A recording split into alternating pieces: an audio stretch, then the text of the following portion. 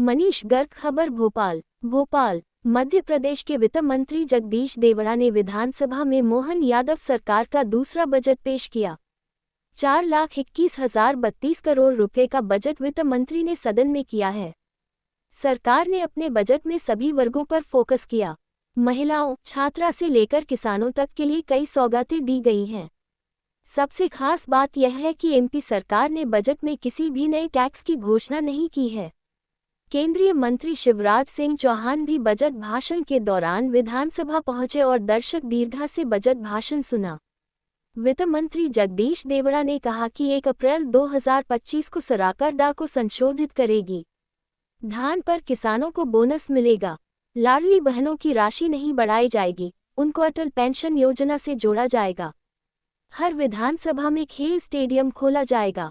वित्त मंत्री जगदीश देवड़ा ने कहा कि 50 जनजातीय स्टूडेंट्स को पढ़ाई के लिए विदेश भेजा जाएगा। मेडिकल कॉलेज में पीजी की 255 सीटें बढ़ाई जाएंगी। शहरों में बसें चलेंगी। सभी सरकारी गाड़ियों को 15 साल के बाद पर्यावरण संरक्षण के लिए registered vehicle scrapping facility (RVSF) के जरिए स्क्रैप कराया जाना अनिवार्य हो। Madhya Pradesh budget 2025 highlights. Budget में कोई नया टैक्स नहीं। 3 लाख नौकरियां मिलेंगी। डिजिटल यूनिवर्सिटी खुलेगी। राष्ट्रीय रक्षा यूनिवर्सिटी खुलेगी। लाडली बहनों को अटल पेंशन योजना से जोड़ा जाएगा। लाडली बहनों की राशि नहीं बढ़ेगी। 22 नए ITI खोले जाएंगे। 56 खेल स्टेडियम खोले जाएंगे। मुख्यमंत्री सुगम परिवहन सेवा शुरू होगी। ग्रामीण इलाकों में शुरू होगी परिवहन सेवा। 7वें वेतनमान के अनुसार दर का पुनरीक्षण। शहरों में बसें चलाई जाएंगी। किसानों को ब्याज मुक्त लोन। वाहन खरीदने पर मोटर व्हीकल टैक्स में छूट। धार में डायनासोर जीवाश्म राष्ट्रीय उद्यान। डिंडोरी में जीवाश्म राष्ट्रीय उद्यान। MBBS की 400 सीटें बढ़ाई जाएंगी। 11 नए आयुर्वेदिक कॉलेज खुलेंगे। सरकारी वाहन 15 साल में स्क्रैप होंगे। 1 अप्रैल 2025 से DA को संशोधित करेगी सरकार। 7वें वेतनमान के अनुसार संशोधित करेगी सरकार। लाडली बहनों को मोहन सरकार ने दी सौगात। लाडली बहनों को अटल पेंशन योजना से जोड़ेंगे। लाडली बहना योजना के लिए 18,679 करोड़, श्री कृष्ण पाथेय के लिए 10 करोड़ रुपए का प्रावधान, राम वन पथ गमन के लिए 30 करोड़ रुपए का प्रावधान, प्रधानमंत्री जीवन ज्योति बीमा और प्रधानमंत्री सुरक्षा योजना का लाभ। आगामी 5 सालों में उद्योगों को 30,000 करोड़ रुपए इंसेंटिव। खाद्यान्न योजना के लिए 7,132 करोड़ रुपए का प्रावधान। श्रम विभाग के लिए 1,808 करोड़ रुपए का प्रावधान तथा रुपये 26,61,000 करोड़ के निवेश प्रस्ताव प्राप्त हुए हैं, जिनके फलीभूत होने से 21 लाख से अधिक नवीन रोजगार सृजन संभावित है। इन निवेश प्रस्तावों के फॉलो अप के लिए भी विस्तृत कार्य योजना बनाई गई है। इंस्टीट्यूशन मध्य प्रदेश निवेश ड्राइव के माध्यम से अंतर्राष्ट्रीय और राष्ट्रीय कार्यक्रम आयोजित किए हैं, जिनमें 3,74,834 करोड़ रुपये के निवेश प्रस्ताव प्राप्त हुए हैं। प्रदेश में पूर्व से स्थापित औद्योगिक क्षेत्र के अतिरिक्त 14,500 एकड़ भूमि पर 39 नए औद्योगिक क्षेत्रों को विकसित किया जा रहा है। इसके परिणाम स्वरूप 3 लाख से अधिक रोजगारों का सृजन संभावित है। आपने कसम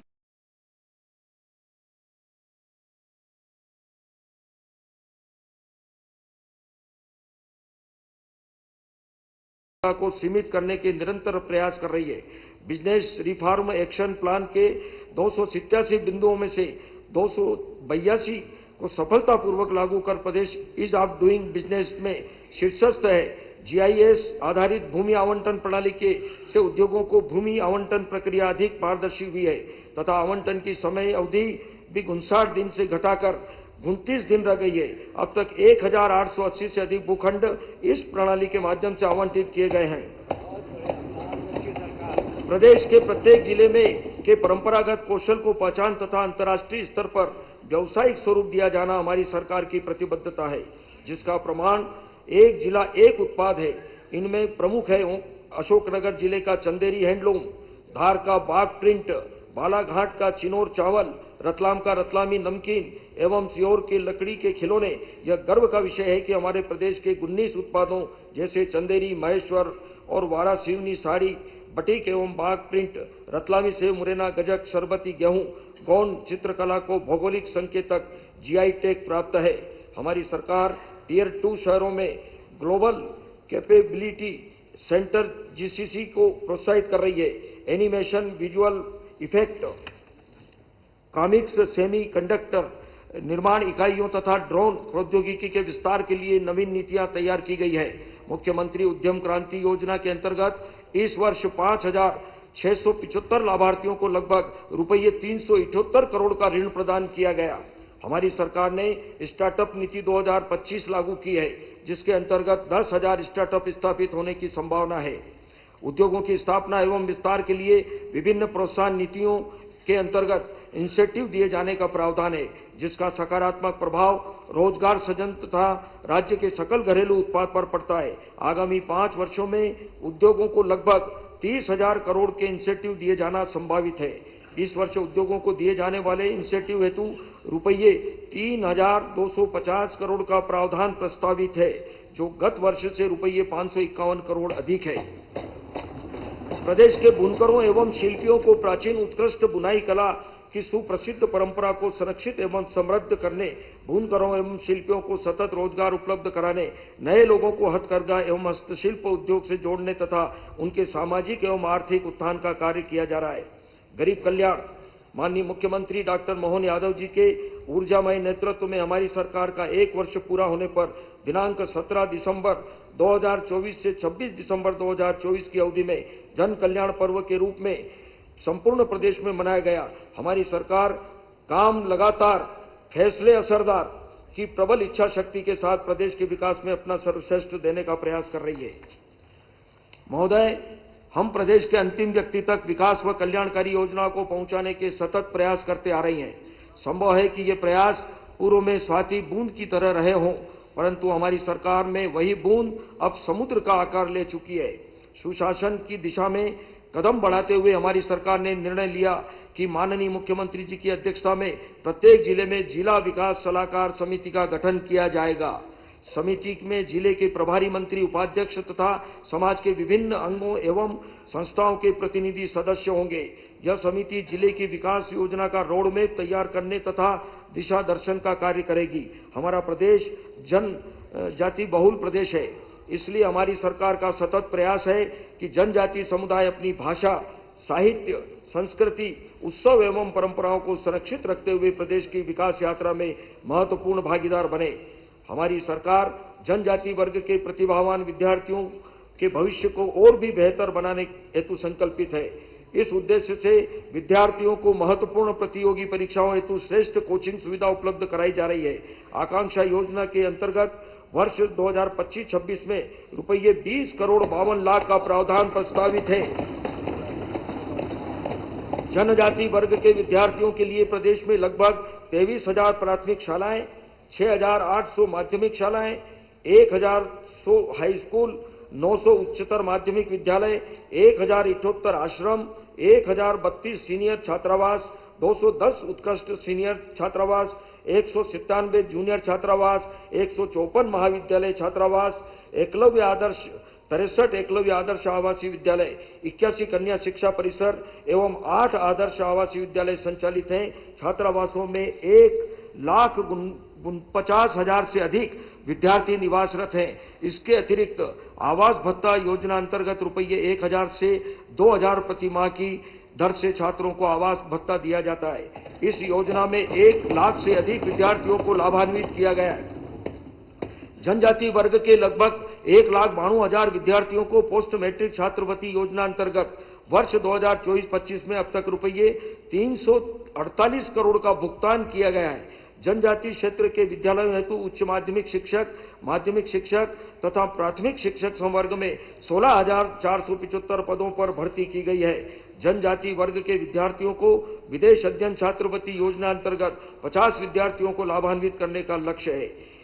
विशेष पिछड़ी जनजाति वर्ग के बेगा, भारिया एवं सहरिया परिवारों को कुपोषण से मुक्ति दिलाए जाने हेतु आहार अनुदान योजना में परिवार की महिला मुखिया के बैंक खाते में प्रतिमाह रुपये 1,500 दिए जा रहे हैं, जिससे 2,20,000 से अधिक महिलाएं लाभान्वित हो रही है।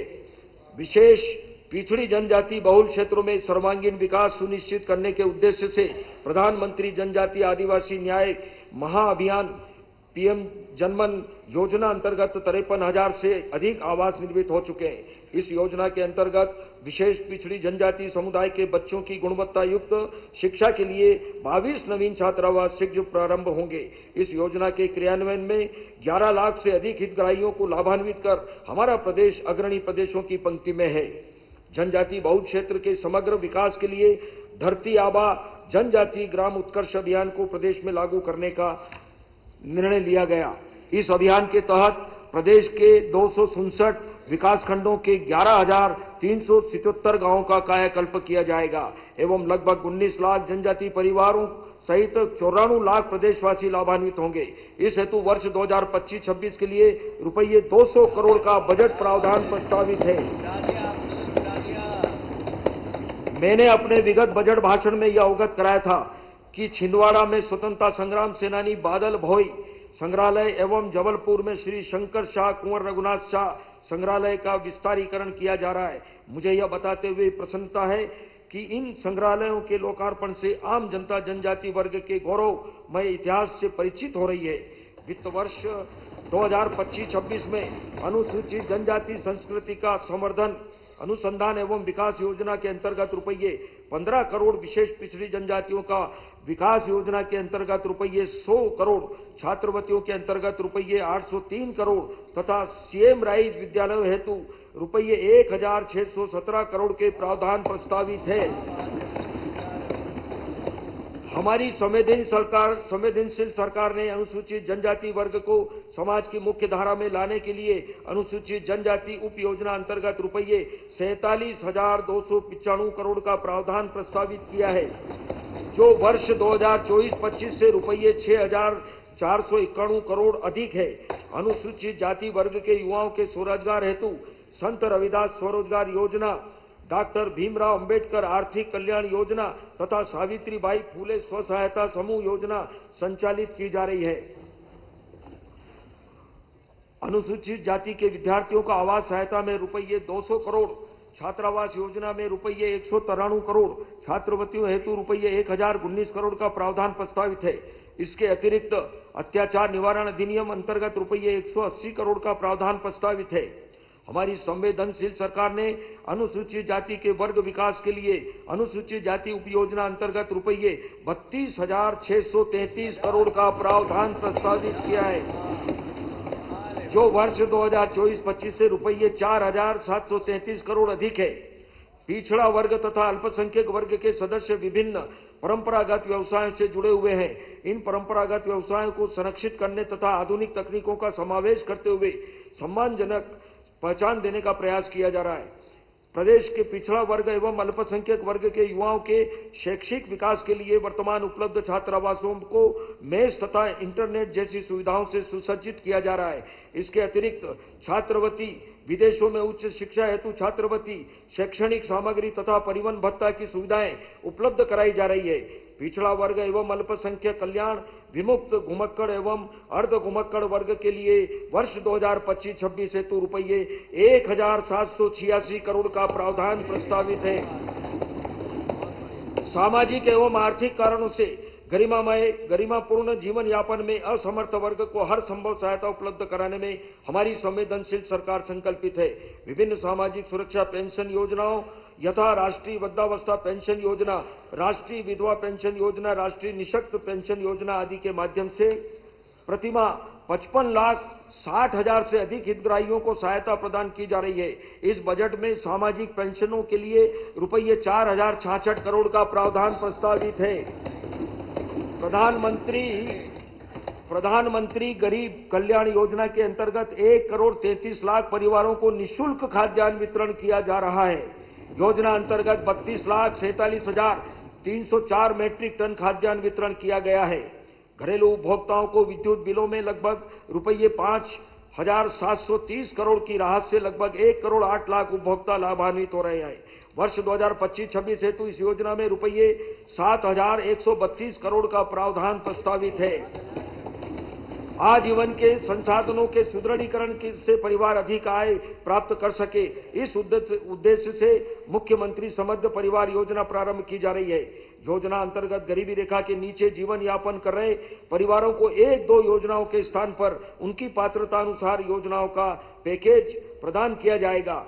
प्रदेश के नागरिकों को बीमा योजनाओं के लाभ सरलता से उपलब्ध हो सके, इस हेतु राज्य स्तरीय बैंकर्स समिति की तर्ज पर राज्य स्तरीय बीमा समिति का गठन किया जाएगा। शासन की सर्वस्पर्शी तथा महत्वाकांक्षी योजनाओं तथा लाडली बहना के हितग्राहियों को केंद्र शासन की प्रधानमंत्री जीवन ज्योति बीमा योजना, प्रधानमंत्री जीवन सुरक्षा बीमा योजना तथा अटल पेंशन योजना से जोड़ने का प्रयास किया जाएगा, ताकि इन हितग्राहियों को बीमा तथा पेंशन के लाभ भी प्राप्त हो सके।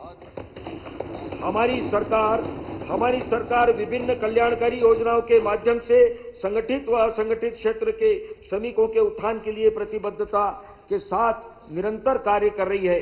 प्रसूति शिक्षा, चिकित्सा, विवाह, अंत्येष्टि सहायता एवं अनुग्रह सहायता आदि के अंतर्गत लगभग 49,39,000 श्रमिक हितग्राहियों को रुपये 3,917 करोड़ के हित लाभ प्रदान किए गए हैं। असंगठित श्रमिकों के हित संवर्धन के लिए लागू की गई मुख्यमंत्री जन कल्याण संबल योजना अंतर्गत 1,74,00,000 से अधिक श्रमिक पंजीकृत हैं। वर्ष 2024-25 में अब तक असंगठित क्षेत्र के लगभग 42,000 हितग्राहियों को रुपये 300 करोड़ से अधिक की आर्थिक सहायता वितरित की गई है। इस योजना में इस वर्ष 700 करोड़ का प्रावधान प्रस्तावित है। प्रदेश में महिला श्रम शक्ति भागीदारी दर को बढ़ाने एवं महिला रोजगार का बेहतर पारिस्थितिकीय तंत्र प्रदान करने के लिए नवीन योजना कामकाजी महिलाओं के लिए छात्रावास का निर्माण प्रारंभ किया जाना प्रस्तावित है। इस योजना के अंतर्गत प्रदेश के 4 सबसे बड़े औद्योगिक क्षेत्रों में कुल 5,772 बेड्स के हॉस्टल निर्मित किए जाएंगे। इसी तरह औद्योगिक कार्यबल हेतु भी जन निजी भागीदारी आधारित आवासीय व्यवस्था प्रोत्साहित की जाएगी। श्रम विभाग के लिए वर्ष 2025-26 हेतु रुपये 1,108 करोड़ का प्रावधान प्रस्तावित है, जो कि वर्ष 2024-25 के बजट अनुमान से 106 करोड़ अधिक है। युवा कल्याण, नई सोच और नए जोश से परिपूर्ण युवा वर्ग हमारे यशस्वी प्रधानमंत्री जी के विकसित भारत के स्वप्न को साकार करने में अपनी महती भूमिका निर्वहन कर रहा है। प्रदेश में स्वामी विवेकानंद युवा शक्ति मिशन प्रारंभ किया गया, जिसके माध्यम से प्रदेश के युवाओं की विशिष्ट क्षमताओं का संवर्धन तथा दक्षता उन्नयन किया जाएगा। माननीय महोदय, यह मिशन हमारी सरकार की युवाओं के प्रति प्रतिबद्धता का प्रमाण है। वित्त वर्ष 2025-26 के लिए भी छात्रवृत्तियां, साधन संपन्न विद्यालय तथा छात्रावास, स्वरोजगार व रोजगार के लिए प्रशिक्षण, उच्च शिक्षा, व्यावसायिक पाठ्यक्रम, विदेश में अध्ययन के लिए छात्रवृत्तियां, रियायती ब्याज दर पर ऋण सुविधा एवं उत्कृष्ट खेल संरचनाएं आदि के लिए समुचित प्रावधान प्रस्तावित है। महोदय, कहा गया है, विद्या ददाति विनम विनयादति पात्रतात् धनात् धर्म ततः सुखम। विद्या हमें विनम्रता देती है, विनम्रता से योग्यता, योग्यता से धन, और इस धन से हम धर्म के काम करते हैं और सुखी रहते हैं। जीवन में शिक्षा के महत्व को दृष्टिगत प्रारंभिक स्तर से ही शैक्षिक व मानवीय पहलुओं को जोड़कर समग्र विकास की आधारशिला रखी गई है। प्रदेश में वर्ष 2024-25 में 4,473 विद्यालयों में पूर्व प्राथमिक अर्थात नर्सरी कक्षाएं प्रारंभ हो गई है। सकल नामांकन दर प्राथमिक शिक्षा में 98%, माध्यमिक शिक्षा में 70% तथा उच्चतर माध्यमिक शिक्षा में 67% से अधिक हो चुकी है। प्रदेश में शासकीय व निजी क्षेत्र के कुल 1,25,000 विद्यालय हैं, जिनमें 1,60,00,000 विद्यार्थी अध्ययनरत हैं। राष्ट्रीय शिक्षा नीति 2020 के अंतर्गत अब तक 2,383 उच्चतर माध्यमिक विद्यालयों में 14 ट्रेड्स में व्यावसायिक शिक्षा संचालित है। इसे बढ़ाकर वर्ष 2025-26 में 600 नए विद्यालयों में संचालित किए जाने का लक्ष्य है। पीएमसी योजना के अंतर्गत चिन्हित 780 विद्यालयों में बेहतर शैक्षणिक गुणवत्ता के साथ अध्ययन पाठ्यक्रमों का संचालन प्रारंभ है। प्रदेश में गुणवत्ता महिलाओं को रोजगार मिलना चाहिए, उसकी 40% 40% संख्या कम हो गई जा है। रहे हैं। 15 लाख मध्याह्न भोजन वर्ष युवाओं का बच्चों का खाद्य। वर्ष 2022-23 से लागू इस योजना आपको समय में मिलेगा। अब तक 275 विद्यालय प्रारंभ हो चुके हैं तथा वर्ष 2025-26 तक इन विद्यालयों में परिवहन सुविधा भी प्रारंभ कर दी जाएगी। ये रिकॉर्ड में नहीं आएगा कुछ भी। प्राथमिक, माध्यमिक तथा उच्चतर माध्यमिक स्तर की कक्षाओं के लिए वर्ष 2024-25 में 3,259 शिक्षकों की नियुक्तियां की जा चुकी है एवं 19,362 नियुक्तियां प्रक्रियाधीन है। स्कूल शिक्षा में समग्र शिक्षा अभियान, एक शाला एक परिसर, सीएम राइज विद्यालय, आरटीआई अंतर्गत निजी विद्यालयों को शिक्षण शुल्क की प्रतिपूर्ति, छात्र छात्राओं को प्रदान की जाने वाली निःशुल्क गणवेश, पुस्तकें, साइकिल, लैपटॉप, स्कूटी प्रदाय आदि योजनाओं से प्रदेश में शिक्षा की सर्वव्यापकता बढ़ी है। शिक्षा संबंधी प्रमुख योजनाओं जैसे सीएम राइज में रुपये 3,068 करोड़ साइकिलों का प्रदान, योजना में रुपये 215 करोड़, पीएम श्री योजना में रुपये आपको बजट में बोलने का टाइम मिलेगा। 130 करोड़, बजट में निःशुल्क बोलने का पाठ्य टाइम पुस्तकों मिलेगा। का प्रदाय की योजना में रुपये 124 करोड़ तथा शाला भवनों में रखरखाव के लिए रुपये 228 करोड़ के प्रावधान प्रस्तावित है। उच्च शिक्षा क्षेत्र विशेष में विशेषज्ञता प्राप्त करने का मार्ग प्रशस्त करती है। उच्च शिक्षा के क्षेत्र में भी व्यापक विस्तार हुआ।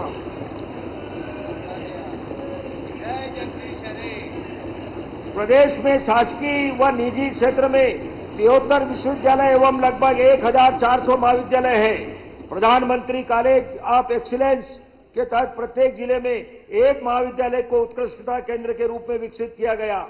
इन कॉलेजों में बहुसंकायी पाठ्यक्रमों में नवीनतम विषयों जैसे बायोटेक्नोलॉजी और आर्टिफिशियल इंटेलिजेंस की शुरुआत राज्य सरकार के दूरदर्शी दृष्टिकोण को प्रदर्शित करती है। राज्य में उच्च शिक्षा का दायरा बढ़ाने के लिए खरगोन, गुना और सागर में 3 नए शासकीय विश्वविद्यालयों की स्थापना की गई है। भवन विहीन महाविद्यालयों के लिए 133 नए भवनों की निर्माण तथा 192 महाविद्यालय भवनों के सुदृढ़ीकरण के कार्य भी प्रचलित है। पीएम उषा परियोजना के अंतर्गत इस वर्ष प्रदेश के 8 विश्वविद्यालयों तथा 27 महाविद्यालयों में अधोसंरचना विकास, शैक्षणिक उत्कृष्टता, अनुसंधान तथा महिलाओं के समानता और समावेशन को बढ़ावा देने हेतु विभिन्न घटकों के अंतर्गत कुल राशि रुपये 565 करोड़ के कार्य किए जा रहे हैं।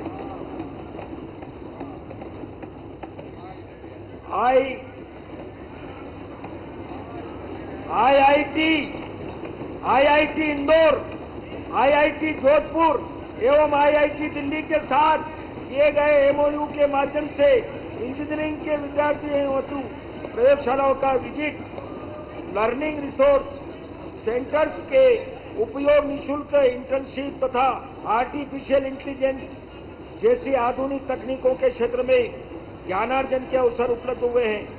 बाला बच्चन जी, अभी आपको चर्चा में अवसर मिलेगा।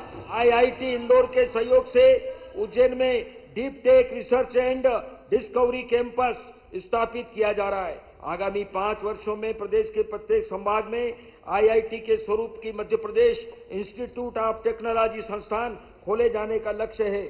इसके अतिरिक्त प्रदेश में डिजिटल यूनिवर्सिटी तथा राष्ट्रीय रक्षा विश्वविद्यालय के परिसर की स्थापना का भी हमारा लक्ष्य है। इस वर्ष आईटीआई विहीन 22 विकास खंडों में नवीन आईटीआई प्रारंभ करने की स्वीकृति दी गई है, जिससे प्रदेश में आईटीआई की संख्या बढ़कर 958 तथा प्रशिक्षण क्षमता कुल 1,21,000 सीटों की हो गई है। विभिन्न आईटीआई में जनजाति एवं परंपरागत कौशल, एक जिला एक उत्पाद से संबंधित पाठ्यक्रम तथा वर्तमान आवश्यकताओं के अनुरूप पाठ्यक्रम प्रारंभ किए गए हैं। शासकीय आईटीआई देवास, छिंदवाड़ा एवं धार में ग्रीन स्किलिंग की संबंधित पाठ्यक्रम जैसे सोलर टेक्नीशियन एवं इलेक्ट्रिक व्हीकल मैकेनिक प्रारंभ किए गए हैं। प्रदेश में कौशल विकास के विस्तार तथा विविधता के उद्देश्य से लोक माता देवी अहिल्याबाई कौशल विकास कार्यक्रम प्रारंभ किया जाएगा। यह कार्यक्रम कौशल प्रशिक्षण प्रदान करने के लिए एक राज्य स्तरीय मंच के रूप में कार्य करेगा। खेल ऐसा माध्यम है जो युवाओं में अनुशासन, टीम भावना तथा साहस जैसे सद्गुणों का विकास कर उन्हें एक संकल्पवान व सफल जीवन प्रदान करता है। हमारी सरकार ने प्रदेश के शहरों के साथ साथ सुदूर ग्रामीण क्षेत्रों की छुपी प्रतिभाओं को सामने लाकर उन्हें राष्ट्रीय व अंतर्राष्ट्रीय स्तर पर अपनी सर्वश्रेष्ठ प्रदर्शित करने का अवसर दिया है। खेलो इंडिया योजना के तहत उभरती प्रतिभाओं को निखारने के लिए प्रदेश के जिला मुख्यालयों पर खेलो इंडिया स्मॉल सेंटर स्थापित किए गए हैं। वर्तमान में प्रदेश में 11 खेल अकादमियों में 18 खेलों के अंतर्राष्ट्रीय स्तर की अधोसंरचना, उपकरण व प्रशिक्षण की सुविधाएं उपलब्ध है। प्रदेश में वर्तमान में 18 अंतर्राष्ट्रीय hockey turf, 7 synthetic athletics track एवं 114 खेल स्टेडियम के अतिरिक्त 9 अंतर्राष्ट्रीय hockey turf, 5 synthetic athletic track तथा 56 खेल स्टेडियम शीघ्र ही उपलब्ध होंगे। खेलों को बढ़ावा देने के उद्देश्य से सीएम युवा शक्ति योजना के अंतर्गत सभी विधानसभा क्षेत्रों में कम से कम एक सर्व सुलभ एवं सर्व सुविधा संपन्न स्टेडियम सुनिश्चित किया जाएगा।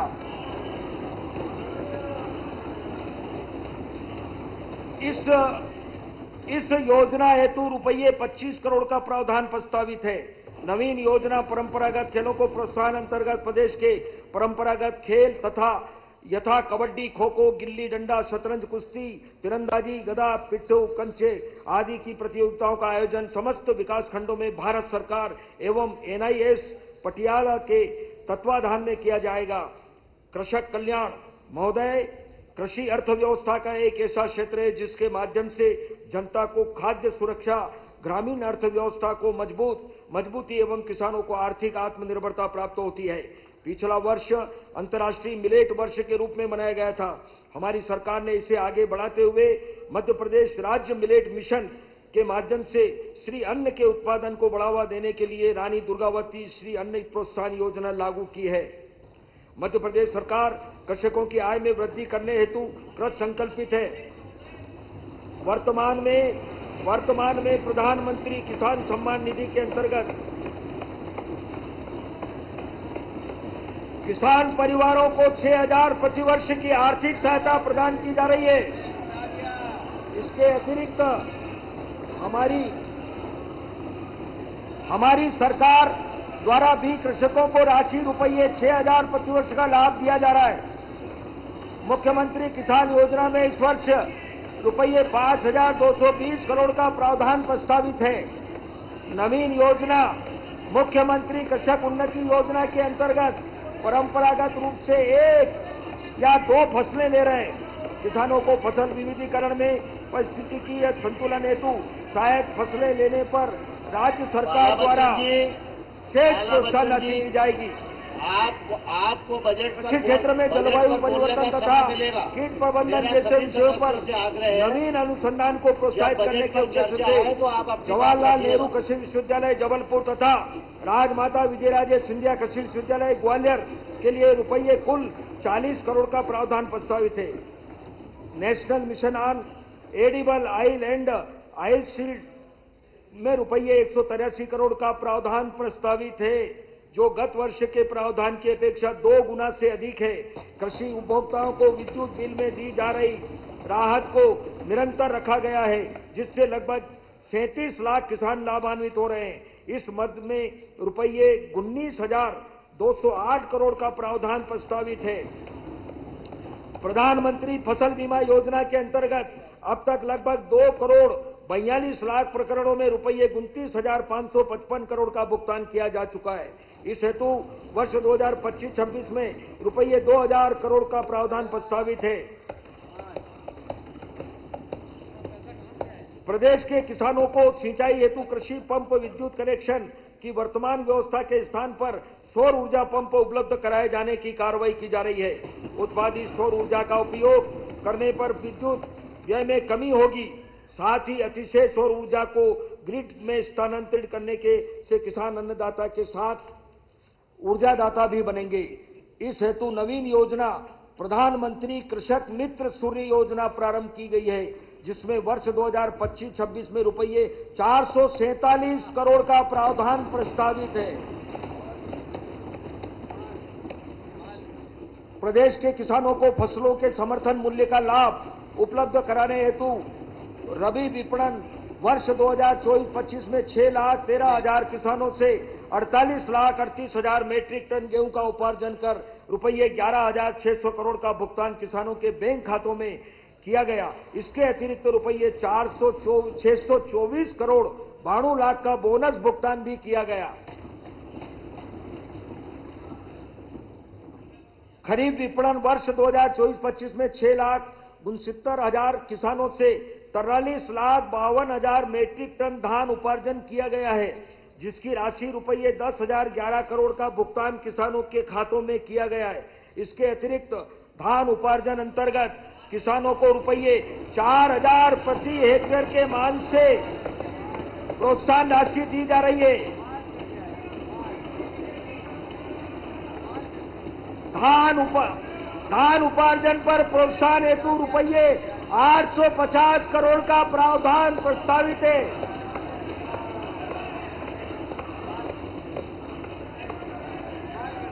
प्रदेश में फल फूल एवं सब्जी के उत्पादन के लिए नवीनतम प्रणालियां तथा इन उत्पादों के बेहतर विपणन व मूल्य के लिए खाद्य प्रसंस्करण प्रोत्साहित किया जा रहा है। प्रधानमंत्री सूक्ष्म खाद्य उद्यम उन्नयन योजना के अंतर्गत 4,416 इकाइयों को लाभान्वित किया गया। पर ड्राफ्ट मोर क्रॉप योजना अंतर्गत कृषकों को पदार्थ के माध्यम से पानी के अपव्यय को रोका गया है। साथ ही उत्पादन तथा उत्पादों की गुणवत्ता में भी वृद्धि हुई है। राष्ट्रीय बोलने का समय मिलेगा, करोड़ का प्रावधान मैं आपको पर्याप्त समय दूंगा, आप अपनी बात रखिएगा। प्रदेश की अर्थव्यवस्था तथा आर्थिक एवं सामाजिक विकास में पशुपालन की महत्वपूर्ण भूमिका है। प्रदेश के दुग्ध उत्पादकों के हित में मुख्यमंत्री डेयरी विकास योजना प्रारंभ की गई है, जिसके अंतर्गत Madhya Pradesh state cooperative dairy federation तथा संबद्ध दुग्ध संघों के संचालन एवं प्रबंधन के लिए राष्ट्रीय डेयरी विकास बोर्ड के साथ अनुबंध की स्वीकृति दी गई है। इस अनुबंध से दुग्ध सहकारी समितियों की संख्या तथा दुग्ध संकलन की वृद्धि होगी एवं प्रदेश का सांची ब्रांड मजबूत होगा। दुग्ध उत्पादों को दुग्ध से उत्पादन और संकलन को बढ़ाने के लिए दुग्ध संकलन पर 5 रुपये प्रति लीटर की प्रोत्साहन राशि दी जाएगी। इस हेतु मुख्यमंत्री डेयरी विकास योजना के अंतर्गत रुपये 50 करोड़ का प्रावधान प्रस्तावित है। मुझे यह बताते हुए गर्व है कि राष्ट्रव्यापी पशु कृत्रिम गर्भाधान कार्यक्रम में हमारे प्रदेश का देश में प्रथम स्थान है। सेक्स सार्टेड सीमेन प्रयोगशाला में 7,50,000 डोज का उत्पादन किया गया है। प्रदेश में बृहद स्तर पर स्वावलंबी गौशालाएं स्थापित करने हेतु नीति तैयार की जा रही है। प्रदेश में संचालित लगभग 2,200 गौशालाओं में 3,45,000 से अधिक गोवंश का पालन हो रहा है। गौशालाओं में पशु आहार के लिए प्रति गोवंश प्रतिदिन रुपये 20 को दोगुना कर रुपये 40 किया जा रहा है। गौ संवर्धन एवं पशुओं का संवर्धन योजना में रुपये 505 करोड़ का प्रावधान प्रस्तावित है। मत्स्य उत्पादन के क्षेत्र में प्रदेश आत्मनिर्भरता की ओर अग्रसर है तथा इस क्षेत्र में निजी भागीदारी भी बढ़ रही है।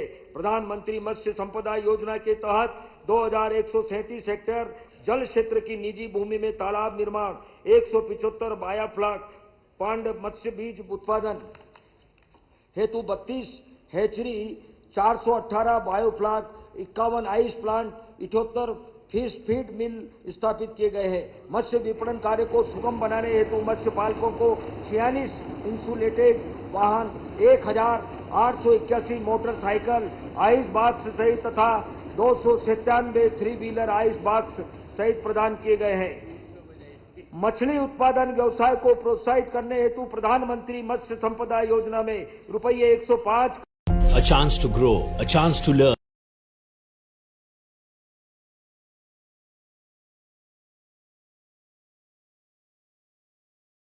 की शक्ति तथा सामूहिक प्रयासों में निहित है। प्रदेश में कुल 4,500 प्राथमिक सहकारी समितियां क्रियाशील है। वर्ष 2024-25 में इन समितियों के माध्यम से लगभग 33 लाख किसानों को रुपये 19,895 करोड़ का अल्पकालीन शून्य ब्याज दर उपलब्ध कराया गया। सहकारी बैंकों के माध्यम से कृषकों को अल्पकालीन ऋण पर ब्याज अनुदान योजना हेतु रुपये 694 करोड़ का प्रावधान प्रस्तावित है। प्रदेश में अब तक कुल 69 लाख 63,000 किसान क्रेडिट कार्ड जारी किए गए हैं। प्रदेश के 5,34,000 पशुपालकों को किसान क्रेडिट कार्ड जारी किए गए हैं। प्रदेश के मत्स्य पालकों को 1,10,000 से अधिक किसान क्रेडिट कार्ड उपलब्ध कराए जा चुके हैं। मत्स्य पालक कृषकों के 83,840 प्रकरण स्वीकृत कर रुपये 236 करोड़ 74 लाख की 7 सीमा स्वीकृत की गई है। कृषि एवं समृद्ध सेवाओं का वर्ष 2011-12 से वर्ष 23-24 में राज्य के सकल मूल्य वर्धन जीबीए में योगदान 34% से बढ़कर 46% हो गया है। मुझे बताते हुए गर्व है कि इसी अवधि में कृषि क्षेत्र में राष्ट्रीय स्तर पर प्रदेश का योगदान 6% से बढ़कर लगभग 12.5% हो गया है। बजट में कृषि एवं संबद्ध क्षेत्रों के लिए रुपये 58,257 करोड़ का प्रावधान प्रस्तावित है, जो वर्ष 2024-25 के प्रावधान से रुपये 13,409 करोड़ अधिक है। नारी कल्याण, यत्र नार्यस्तु पूज्यन्ते रमन्ते तत्र देवता के सूत्र वाक्य को हमारी सरकार ने प्रेरणा के रूप में लिया है। हमारी सरकार द्वारा नारी कल्याण से संबंधित प्रमुख योजनाएं जैसे गर्भधारण पर देखभाल, प्रसव पर आर्थिक सहायता, लाडली लक्ष्मी, शैशव काल के लिए आंगनवाड़ियां, निःशुल्क शिक्षा व अन्य शैक्षणिक सुविधाएं, उच्च शिक्षा के लिए प्रोत्साहन, जीविका उपार्जन एवं आर्थिक आत्मनिर्भरता के लिए स्वरोजगार एवं शासकीय सेवाओं में आरक्षण, विवाह तथा निकाह योजना, आवास योजनाओं का लाभ, स्थायी संपत्तियों के क्रय पर पंजीकरण शुल्क में विशेष छूट, लाडली बहना योजना तथा विभिन्न पेंशन योजनाएं सफलतापूर्वक संचालित की जा रही है। वर्ष 2024-25 में लाडली लक्ष्मी योजना 2.0 अंतर्गत 2,43,396 बालिकाओं का पंजीकरण किया गया। लाडली लक्ष्मी योजना अंतर्गत प्रारंभ से अब तक रुपये 12,932 करोड़ का निवेश किया जा चुका है। वर्तमान में लाडली बहना योजना में पंजीकृत महिलाओं की संख्या लगभग 1,27 लाख है। इस योजना के लिए रुपये 18,669 करोड़ का प्रावधान प्रस्तावित है। प्रधानमंत्री मातृ वंदना योजना के अंतर्गत अब तक लगभग 52 लाख से अधिक माताएं पंजीकृत की गई है। वर्ष 2024-25 में अब तक लगभग 5,75,000 हितग्राहियों को रुपये 264 करोड़ से अधिक की राशि का भुगतान किया जा चुका है। प्रदेश में संचालित 57 वन स्टॉप सेंटर पर हिंसा से पीड़ित महिलाओं और बालिकाओं को एक ही छत के नीचे सभी आवश्यक सेवाएं जैसे आश्रय, पुलिस सहायता, विधिक सहायता तथा चिकित्सा आदि उपलब्ध कराई जाती है। इस वर्ष लगभग 22,000 महिलाओं को सहायता दी गई है। महिला सशक्तिकरण की दिशा में एक महत्वपूर्ण पहल करते हुए मध्य प्रदेश पर्यटन विकास निगम ने पचमढ़ी स्थित होटल अमलताज का संचालन महिलाओं को सौंपा है। गर्व की बात है कि यह देश का पहला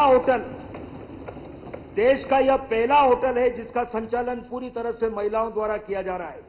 मुख्यमंत्री बाल आरोग्य संवर्धन कार्यक्रम के तहत 14,64,000 पंजीकृत गंभीर कुपोषित बच्चों में से लगभग 86% बच्चों के पोषण स्तर में सुधार हुआ है। प्रदेश में कुल 12,670 मिनी आंगनवाड़ियों को उन्नत कर पूर्ण आंगनवाड़ियों में परिवर्तित किया गया है। माननीय प्रधानमंत्री श्री नरेंद्र मोदी जी की प्रेरणा से सक्षम आंगनवाड़ी एवं पोषण 2.0 योजना के अंतर्गत 24,662 आंगनवाड़ी केंद्रों को सक्षम आंगनवाड़ी केंद्र के रूप में उन्नत किया जा रहा है। पोषण 2.0 योजना के लिए रुपये 223 करोड़ का प्रावधान प्रस्तावित है। स्वास्थ्य एवं महिला बाल विकास विभाग की ग्राम स्तरीय सेवाओं की गुणवत्ता में सुधार, प्रभावी अनुश्रवण एवं हितग्राहियों को एक ही स्थान से विभिन्न सेवाओं की उपलब्धता सुनिश्चित करने के उद्देश्य से स्वास्थ्य एवं आंगनवाड़ी सेवाओं हेतु एकीकृत अधोसंरचना योजना प्रारंभ की जा रही है। योजना अंतर्गत यथासंभव उप स्वास्थ्य केंद्र एवं आंगनवाड़ी केंद्रों का संयुक्त भवन तैयार किया जाएगा। प्रधानमंत्री जनजाति न्याय महाअभियान के तहत प्रदेश के 20 जिलों में 217 आंगनवाड़ी केंद्रों के भवन निर्माण की स्वीकृति दी गई है। वर्ष 2025-26 में आंगनवाड़ी केंद्रों के भवन निर्माण हेतु रुपये 350 करोड़ का प्रावधान प्रस्तावित है। इसी प्रकार आंगनवाड़ी सेवाओं के लिए रुपये 3,729 करोड़ का प्रावधान प्रस्तावित है। वित्त वर्ष 2025-26 के लिए मुख्यमंत्री श्रमिक सेवा प्रसूति सहायता, छात्राओं को साइकिलों का प्रदाय, मुख्यमंत्री स्कूटी योजना सहित नारी शक्ति संबंधी विभिन्न योजनाओं के लिए वर्ष 2025-26 में रुपये 26,797 करोड़ का प्रावधान प्रस्तावित है। अधोसंरचना विस्तार तथा संधारण। महोदय, मैंने अपने बजट भाषण के प्रारंभ में विकसित मध्य प्रदेश की लक्ष्य प्राप्ति हेतु आवश्यक औद्योगिक निवेश तथा प्रदेश के समावेशी विकास के लिए प्रारंभ किए गए 4 मिशनों से अवगत कराया है। इस लक्ष्य को प्राप्त करने में सुदृढ़ अधोसंरचना की महत्वपूर्ण भूमिका होगी। अतः मैं प्रदेश में अधोसंरचना से संबंधित कार्यों एवं प्रस्तावों को सदन के समक्ष प्रस्तुत कर रहा हूं। वर्ष 2020-21 में केंद्र सरकार द्वारा प्रारंभ पूंजीगत व्यय के लिए विशेष केंद्रीय सहायता योजना में हमारा प्रदेश अग्रणी प्रदेश रहा है। वित्तीय वर्ष 2023-24 में प्रदेश का कुल पूंजीगत परिव्यय रुपये 57,348 करोड़ था। माननीय अध्यक्ष महोदय, एक मिनट। हमारे भारत सरकार के यशस्वी कृषि मंत्री, हमारे पूर्व मुख्यमंत्री श्रीमान शिवराज सिंह जी चौहान दर्शक दीर्घा में मौजूद हैं। मैं उनका स्वागत करता हूं, अभिनंदन करता हूं।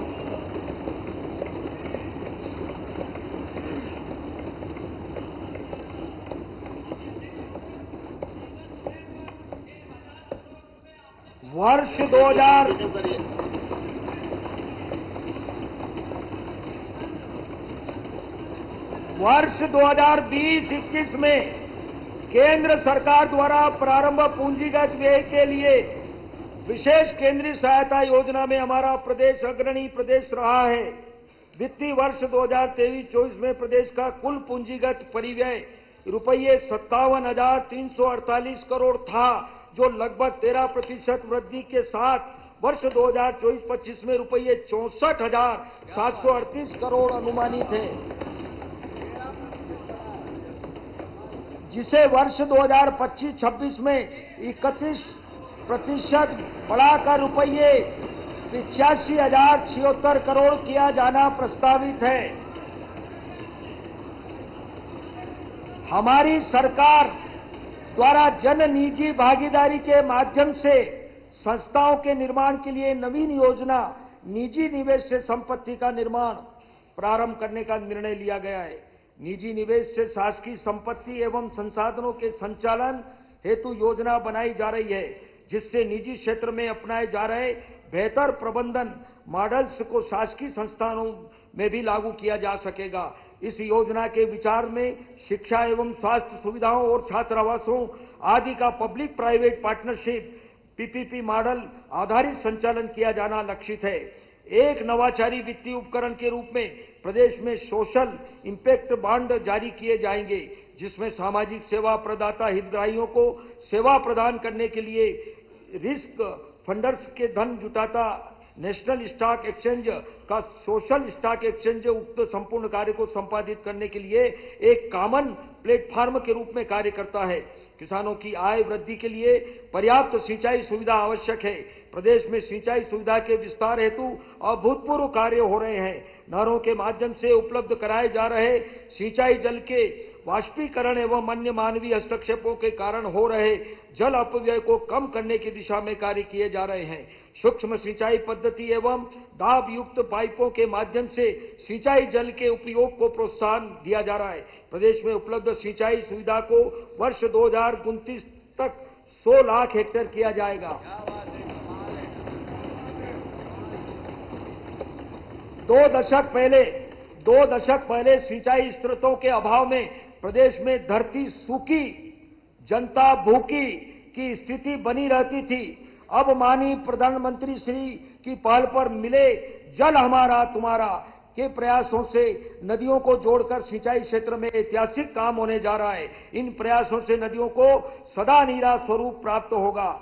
प्रदेश में रुपये 24,293 करोड़ की अनुमानित लागत की केन बेतवा लिंक परियोजना एवं रुपये 35,000 करोड़ की अनुमानित लागत की पार्वती काली सिंध चंबल अंतर्राष्ट्रीय नदी लिंक परियोजना के कार्य प्रारंभ हो चुके हैं।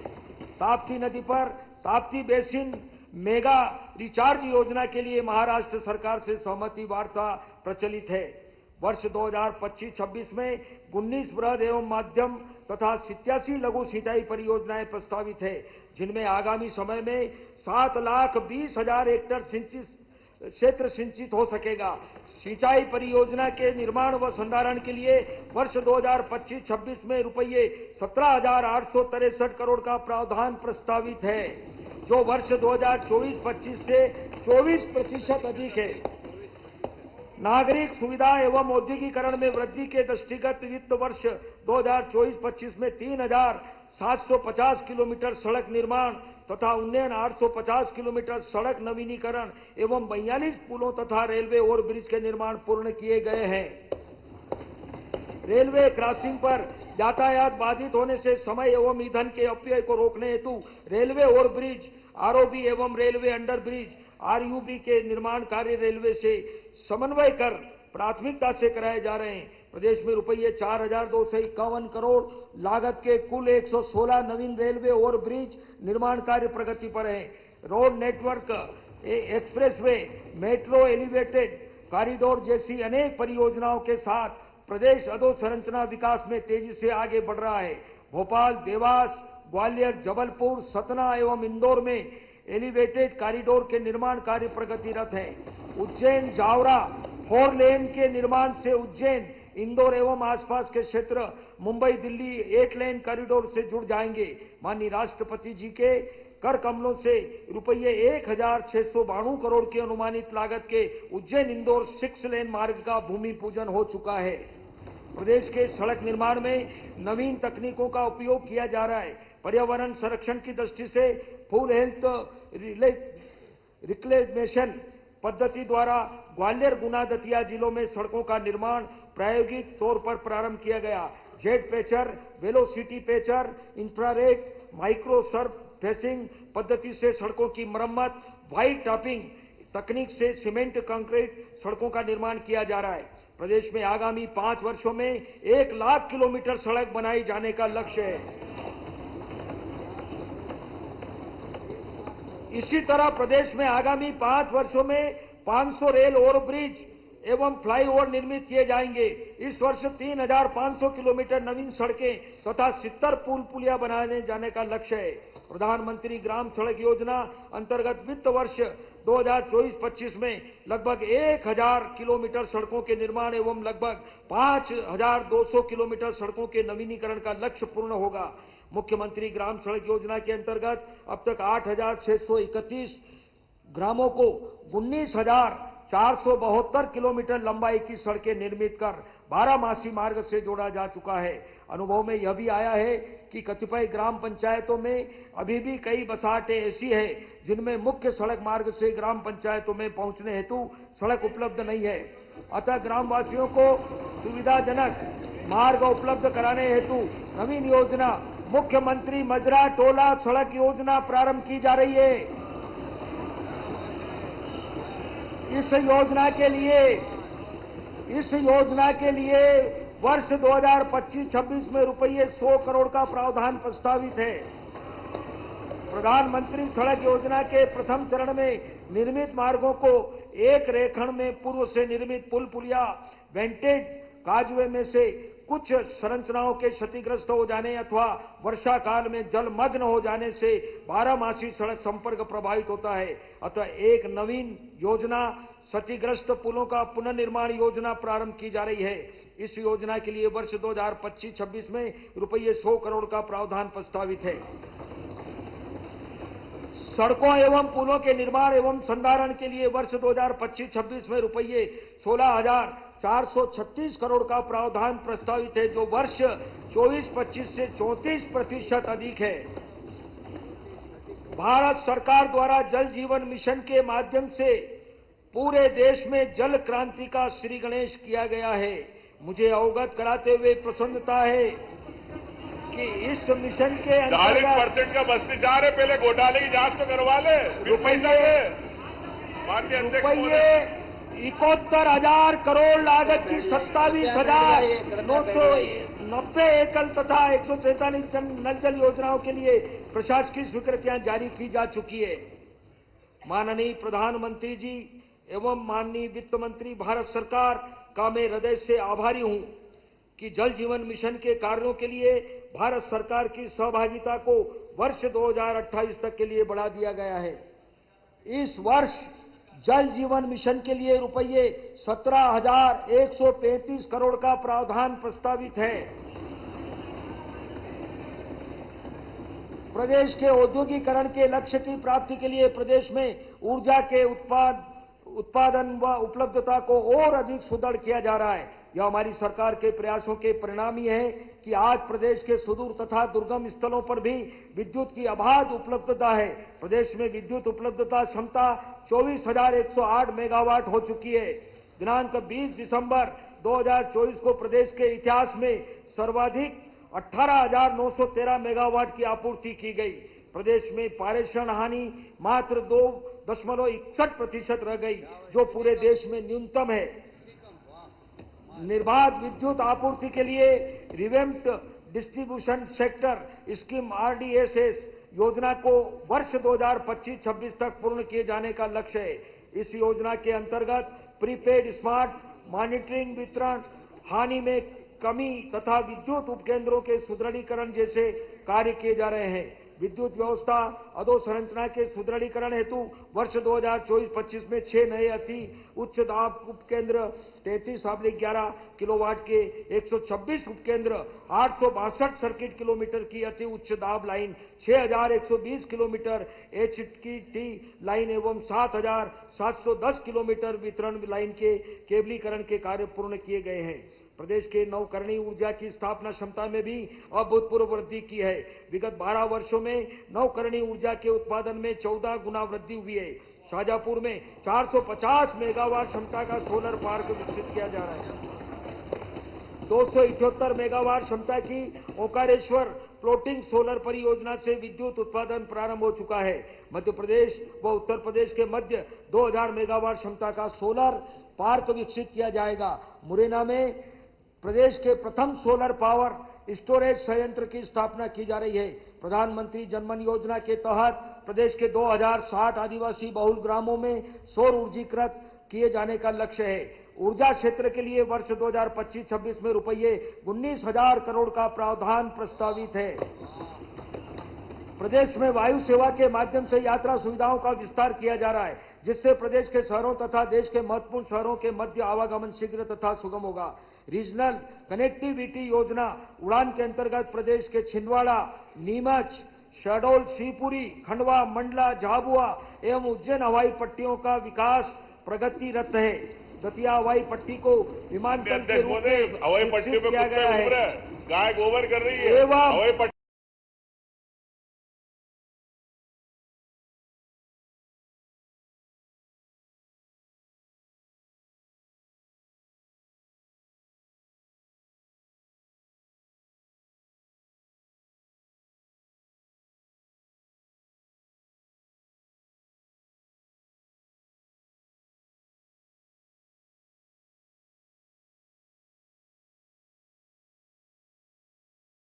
पर्यटन वायु एवं PMC धार्मिक पर्यटन हेली सेवा के माध्यम से प्रदेश के मुख्य शहरों एवं धार्मिक स्थलों के मध्य हवाई संपर्क स्थापित किया गया है।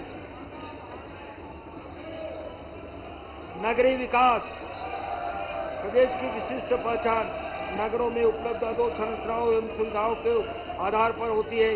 विगत वर्षों में प्रदेश के शहरों ने स्वच्छता, प्रदूषण नियंत्रण, सड़क निर्माण, आधुनिक तकनीक के उपयोग एवं जन सुविधाओं के क्षेत्र में उल्लेखनीय कार्य किया है।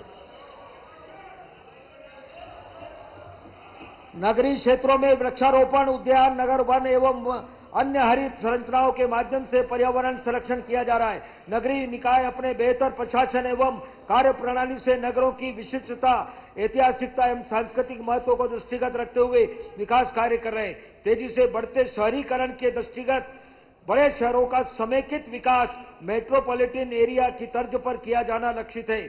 प्रदेश की खनन राजधानी कहे जाने वाले सिंगरौली को खनन के साथ विकास के मद्देनजर एक नए नगर के रूप में विकसित किया जा रहा है, जिससे लगभग 50,000 नागरिकों को एक नवीन सुव्यवस्थित नगर की सुविधाएं मिल सकेगी। मुझे यह अवगत कराते हुए गर्व है कि हमारे प्रदेश को देश में पीएम स्वनिधि योजना में प्रथम स्थान तथा प्रधानमंत्री आवास योजना शहरी के क्रियान्वयन में दूसरा स्थान प्राप्त हुआ है। स्वच्छता सर्वेक्षण 2023 में प्रदेश को जहां दूसरे स्वच्छतम राज्य का सम्मान प्राप्त हुआ है, वहीं इंदौर को 7वीं बार स्वच्छतम शहर का सम्मान प्राप्त हुआ है। भोपाल को देश की स्वच्छतम राजधानी होने का सम्मान प्राप्त हुआ है। प्रधानमंत्री आवास योजना शहरी के अंतर्गत 8,30,000 आवास निर्मित हो चुके हैं। अगले 5 वर्षों में 10 लाख नए आवासों के निर्माण का लक्ष्य है। अमृत 2.0 योजना के अंतर्गत 1 लाख से अधिक आबादी वाले 33 शहरों में जल आपूर्ति सीवर लाइन बिछाने का कार्य किया जा रहा है। नगरों के विकास के लिए त्वरित व सुलभ शहरी परिवहन आवश्यक है। प्रदेश के इंदौर एवं भोपाल में मेट्रो रेल का संचालन शीघ्र प्रारंभ होने के साथ साथ अन्य प्रमुख शहरों में केबल कार का भी संचालन किया जाएगा। सुगम शहरी परिवहन के लिए आधुनिक और आरामदायक बसों का संचालन किया जा रहा है। साथ ही पीएम ई बस योजना अंतर्गत प्रमुख शहरों में पर्यावरण अनुकूल ई बसों का संचालन किया जाएगा। इस बजट में नगरीय क्षेत्रों में आवास हेतु लगभग रुपये 1,700 करोड़, नगरों की सड़क मरम्मत के लिए रुपये 408 करोड़ तथा मुख्यमंत्री शहरी अधोसंरचना विकास के लिए 295 करोड़ के प्रावधान प्रस्तावित है। नगरीय निकायों को मूलभूत सेवाओं हेतु एक मुश्त अनुदान अंतर्गत 2025-26 में रुपये 1,617 करोड़ का प्रावधान प्रस्तावित है, जो वर्ष 24-25 से रुपये 506 करोड़ अधिक है। सिंहस्थ महापर्व न केवल मध्य प्रदेश के लिए अपितु संपूर्ण विश्व के लिए प्रतिष्ठापूर्ण आयोजन है। सिंहस्थ 2028 महापर्व के अवसर पर देश विदेश से करोड़ों की संख्या में धर्म प्रेमी जनता का श्रद्धा यात्रा पर पधारना संभावित है। आयोजन की विशालता व महत्ता के दृष्टिगत संपूर्ण सिंहस्थ क्षेत्र में अधोसंरचना विकास के साथ साथ श्रद्धालुओं के लिए सिंहस्थ को एक अविस्मरणीय अनुभव दिए जाने हेतु श्रेष्ठ जन सुविधाओं की व्यापक व्यवस्था आवश्यक है। मैं अवगत कराना चाहूंगा कि प्रदेश के कर्मनिष्ठ मुख्यमंत्री डॉक्टर मोहन यादव जी के सक्षम व कुशल नेतृत्व में प्रदेश सरकार द्वारा सिंहस्थ क्षेत्र में सुनियोजित विकास कार्य प्रारंभ कर दिए गए हैं। आयोजन वर्ष 2008 के पूर्व सभी कार्य पूर्ण करने के लिए आवश्यक वित्तीय संसाधनों की उपलब्धता सुनिश्चित की जा रही है। वित्तीय वर्ष 2025-26 के लिए इस मद में लगभग रुपये 2,000 करोड़ का प्रावधान प्रस्तावित है। नगरीय विकास के लिए वर्ष 2025-26 हेतु रुपये 18,715 करोड़ का प्रावधान प्रस्तावित है, जो कि वर्ष 24-25 से लगभग रुपये 2,000 करोड़ अधिक है। ग्रामीण विकास हमारी सरकार प्रदेश के ग्रामीण क्षेत्रों में मूलभूत सुविधाओं का विस्तार तथा श्रेष्ठ स्तर शिक्षा व स्वास्थ्य सुविधाएं, ग्रामीण सड़कों का विस्तार, हर घर जल का लक्ष्य, रोजगार के अवसर को आवास जैसी सुविधाएं उपलब्ध कराने के लिए दृढ़ संकल्पित है। मुझे यह अवगत कराते हुए प्रसन्नता है कि ग्रामीण क्षेत्रों में कार्यरत स्व सहायता समूह को ऑनलाइन पोर्टल के माध्यम से बैंक ऋण स्वीकृत कराने में हमारा प्रदेश वर्ष 2020-21 से लगातार देश में प्रथम स्थान पर है। नमो ड्रोन दीदी योजना अंतर्गत प्रशिक्षित महिलाएं ड्रोन पायलट के रूप में अन्य महिलाओं को भी प्रोत्साहित कर रही है। जल गंगा संवर्धन अभियान अंतर्गत जल संरचनाओं, घाटों एवं धार्मिक स्थलों की साफ सफाई एवं जीर्णोद्धार का कार्य किया गया है। इस अभियान में जनता की उत्साहपूर्ण व सकारात्मक भागीदारी से बेहतर परिणाम प्राप्त हुए हैं।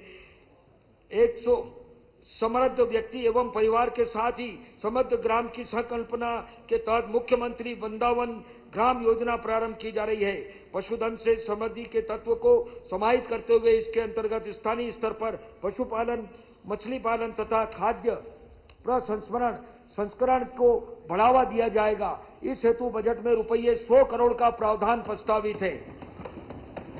पंचायतों को सर्वांगीण विकास में सहायता देने के उद्देश्य से मूलभूत सेवाओं हेतु अनुदान में रुपये 2,507 करोड़ की वृद्धि करते हुए इस वर्ष रुपये 6,007 करोड़ का प्रावधान प्रस्तावित है। इसी क्रम में पंचायतों का वित्तीय सामर्थ्य बढ़ाने की दृष्टि से ग्राम स्वराज अभियान में कुल रुपये 238 करोड़ तथा अतिरिक्त स्टाम्प शुल्क वसूली अनुदान में रुपये 2,041 करोड़ का प्रावधान प्रस्तावित है। ग्रामीण विकास से संबंधित महत्वपूर्ण योजनाओं तथा प्रधानमंत्री आवास योजना के लिए रुपये 4,400 करोड़, महात्मा गांधी राष्ट्रीय ग्रामीण रोजगार गारंटी योजना के लिए रुपये 4050 करोड़, प्रधानमंत्री जनधन योजना आवास के लिए रुपये 1100 करोड़, प्रधानमंत्री जनधन योजना सड़क के लिए 1056 करोड़, प्रधानमंत्री पोषण शक्ति निर्माण के लिए रुपये 960 करोड़, राष्ट्रीय ग्रामीण आजीविका मिशन के लिए रुपये 800 करोड़, स्वच्छ भारत मिशन के लिए रुपये 594 करोड़ तथा प्रधानमंत्री कृषि सिंचाई योजना के लिए रुपये 274 करोड़ के प्रावधान प्रस्तावित है। पंचायत एवं ग्रामीण विकास के लिए वर्ष 2025-26 में रुपये 19,050 करोड़ का प्रावधान प्रस्तावित है। स्वास्थ्य सेवाएं, हमारी सरकार स्वास्थ्य सेवाओं के विस्तार के साथ गुणवत्तापूर्ण चिकित्सा सुविधा की उपलब्धता भी सुनिश्चित करने की दिशा में निरंतर कार्य कर रही है।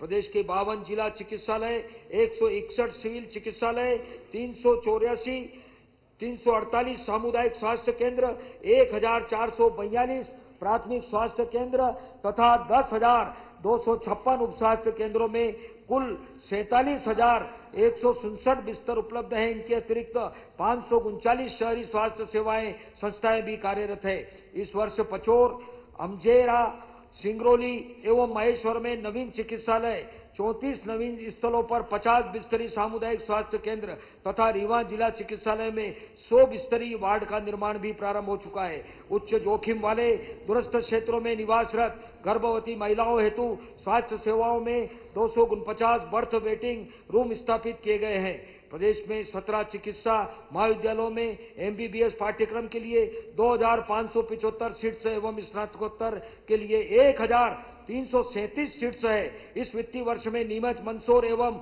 सिवनी में नवीन शासकीय चिकित्सालय महाविद्यालयों में प्रवेश प्रक्रिया प्रारंभ कर शासकीय एवं निजी चिकित्सा महाविद्यालयों में एमबीबीएस की 400 तथा स्नातकोत्तर की 252 सीट्स बढ़ाई गई है। प्रदेश में जन निजी भागीदारी के आधार पर नवीन चिकित्सा महाविद्यालय प्रारंभ किए जाने की कार्रवाई प्रक्रियाधीन है। प्रदेश में लगभग 1,000 संजीवनी एम्बुलेंस तथा 1,059 जननी एम्बुलेंस संचालित है। इन एम्बुलेंस के माध्यम से लगभग 22 लाख नागरिकों को सेवाएं उपलब्ध कराई गई है।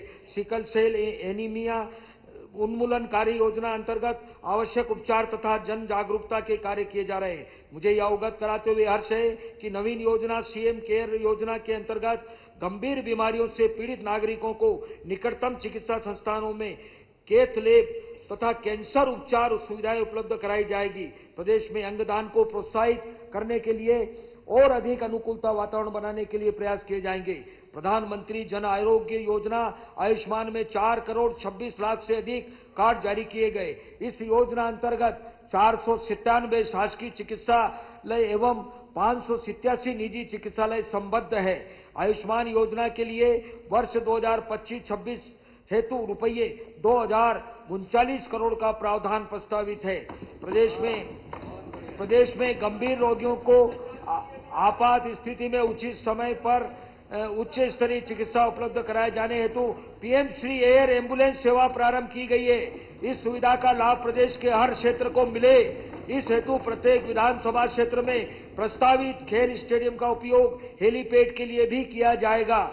स्वास्थ्य जीवन चर्चा में पारंपरिक चिकित्सा पद्धतियों की महती भूमिका है। प्रदेश में 11 नवीन आयुर्वेदिक महाविद्यालय सह चिकित्सालयों की स्थापना की जानी है। प्रदेश में पन्ना, गुना, भिंड, श्योपुर तथा सुजालपुर में 50 बिस्तरी आयुर्वेदिक अस्पताल, बड़वानी में 30 बिस्तरी अस्पताल, बालाघाट, शहडोल, सागर, नर्मदापुरम एवं मुरैना में आयुष महाविद्यालयों तथा 4 आयुष कार्यालयों के भवन निर्माण कार्य प्रगतिरत है। प्रदेश में संचालित आयुष संस्थाओं एवं शिविरों के माध्यम से एक वर्ष में लगभग 1 करोड़ 40 लाख नागरिकों को उपचार दिया गया है।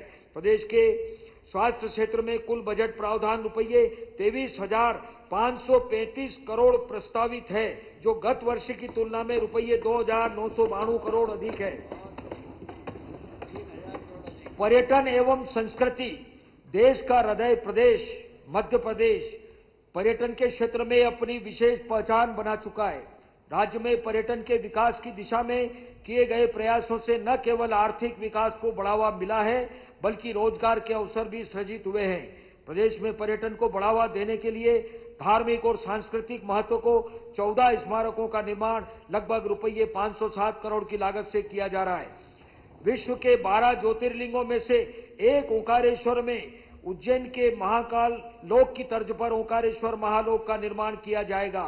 अद्वैत वेदांत दर्शन के प्रणेता आचार्य शंकर के जीवन दर्शन के प्रसार के उद्देश्य से संग्रहालय एवं आचार्य शंकर अंतर्राष्ट्रीय अद्वैत वेदांत संस्थान को विकसित किया जा रहा है।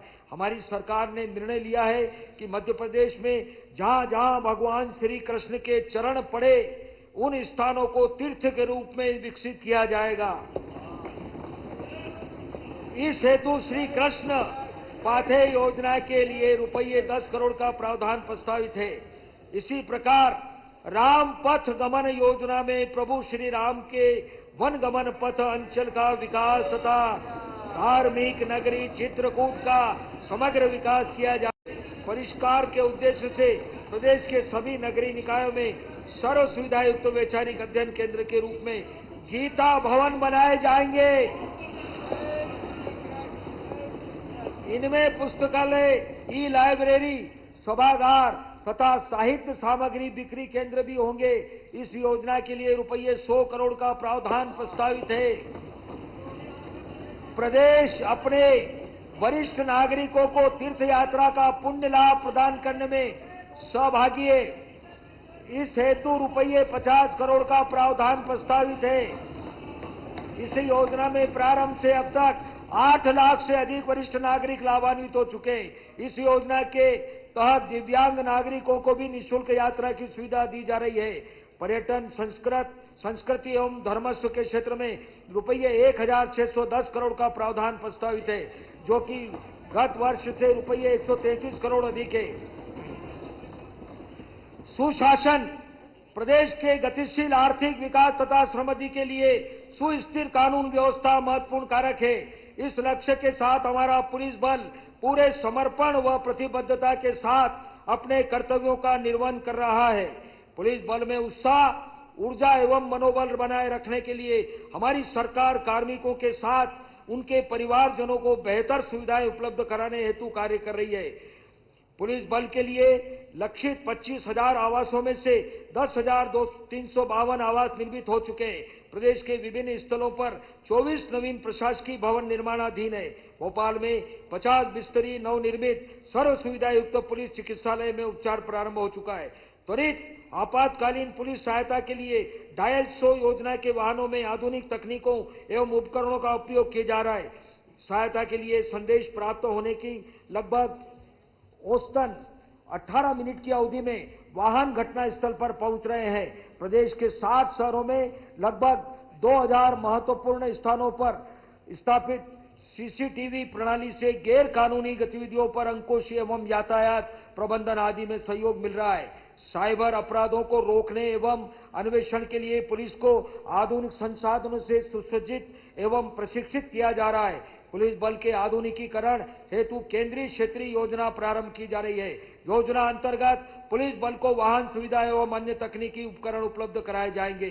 गृह विभाग के लिए वर्ष 2025-26 हेतु रुपये 12,876 करोड़ का प्रावधान प्रस्तावित है, जो वर्ष 2024-25 के बजट के अनुमान से लगभग रुपये 1,585 करोड़ अधिक है। केंद्र प्रवर्तित गरीब बंदी सहायता योजना के क्रियान्वयन में प्रदेश का प्रथम स्थान रहा है।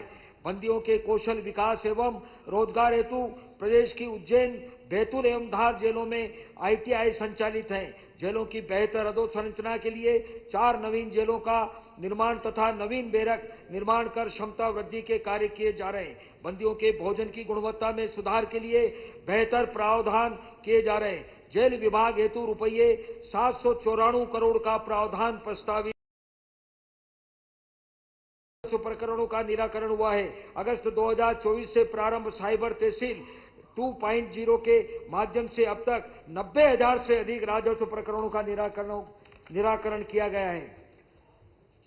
फार्मर आईडी रजिस्ट्री योजना में 61 लाख से अधिक फार्मर आईडी बनाकर मध्य प्रदेश देश में प्रथम स्थान पर है। हमें विश्वास है कि स्वामित्व योजना की सफलता उपरांत भारत सरकार की नवीन नक्शा योजना में भी प्रदेश उच्च स्थान पर रहेगा।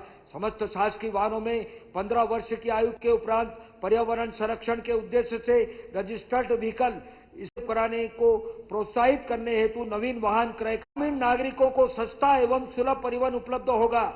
परिवहन के संसाधन अधोसंरचना एवं आधारभूत सुविधाओं के विकास का लक्ष्य इस योजना के अंतर्गत चिन्हित किया गया है। यह योजना ग्रामीण अर्थव्यवस्था को मजबूती देने और गतिशील मध्य प्रदेश का स्वप्न साकार करेगी। इस हेतु रुपये 80 करोड़ का प्रावधान प्रस्तावित है। प्राकृतिक संसाधन हमारा प्रदेश वन एवं वन्य प्राणियों की विविधता के लिए देश विदेश में विशिष्ट पहचान रखता है। प्रदेश के वन क्षेत्र इमारती लकड़ी के अतिरिक्त बांस, लघु वनोपज, औषधियां, पौधों तथा वन्य जीवों से परिपूर्ण है। राज्य द्वारा वन्य जीव संरक्षण को उच्च प्राथमिकता दी गई है। प्रदेश में वन्य जीव संरक्षित क्षेत्रों का क्षेत्रफल लगभग 11,200 वर्ग किलोमीटर है। प्रदेश में 11 राष्ट्रीय उद्यान एवं 24 वन्य प्राणी अभ्यारण्य है। वन्य प्राणी संरक्षण एवं प्रबंधन के लिए राष्ट्रीय उद्यान तथा बफर क्षेत्रों में वन्य प्राणी मानव संघर्ष को रोकने हेतु लगभग 3,000 किलोमीटर वन सीमा में फेंसिंग कार्य किया जाएगा। प्रदेश में स्थिर 9 टाइगर रिजर्व के बफर क्षेत्रों में स्थित ग्रामों का प्रबंधन प्रत्येक संरक्षित क्षेत्र के लिए बनाई गई प्रबंधन योजनाओं के आधार पर किया जाता है। इन योजनाओं में मुख्यतः पारिस्थितिकीय विकास, कौशल उन्नयन कार्य, हैबिटेट सुधार, अग्नि सुरक्षा, वन सुरक्षा, जल स्रोतों का विकास, संरचनाओं का निर्माण एवं उनका रखरखाव आदि कार्य किए जाते हैं। इसके साथ ही वन्य प्राणियों को उनकी जीवन शैली अनुसार वातावरण एवं उचित देखभाल के उद्देश्य से प्रदेश के विभिन्न क्षेत्रों में चिड़ियाघर तथा बचाव केंद्र स्थापित किया जाना प्रस्तावित है। धार जिले में डायनासोर जीवाश्म राष्ट्रीय उद्यान तथा डिंडोरी जिले में घुघुआ जीवाश्म राष्ट्रीय उद्यान का पुनर्नवीनीकरण कर महत्वपूर्ण पर्यटन केंद्र के रूप में विकसित किए जाएंगे। हमारी सरकार ने निर्णय लिया है कि तकनीकी सहयोग से वनों के विषय में जागरूकता बढ़ाने, वानिकी गतिविधियों का विस्तार, वन्य जीवों के संरक्षण और वनाश्रित जन समुदाय की लघु वनोपज आधारित आजीविका संवर्धन हेतु वन विज्ञान केंद्र की स्थापना की जाएगी। प्रदेश की जीवन रेखा मां नर्मदा के तटों के 10 किलोमीटर तक वन भूमि में पर्यावरण संरक्षण हेतु अविरल निर्मल नर्मदा योजना प्रस्तावित है। योजना अंतर्गत वन भूमि में पौधारोपण द्वारा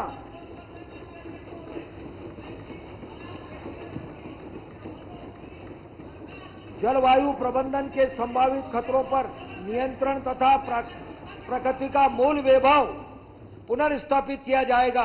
नर्मदा परिक्रमा पथ पर धर्मार्थियों हेतु सुविधाओं का विकास किया जाएगा तथा नर्मदा के निकटवर्ती कृषि क्षेत्रों में जैविक खेती को प्रोत्साहित किया जाएगा।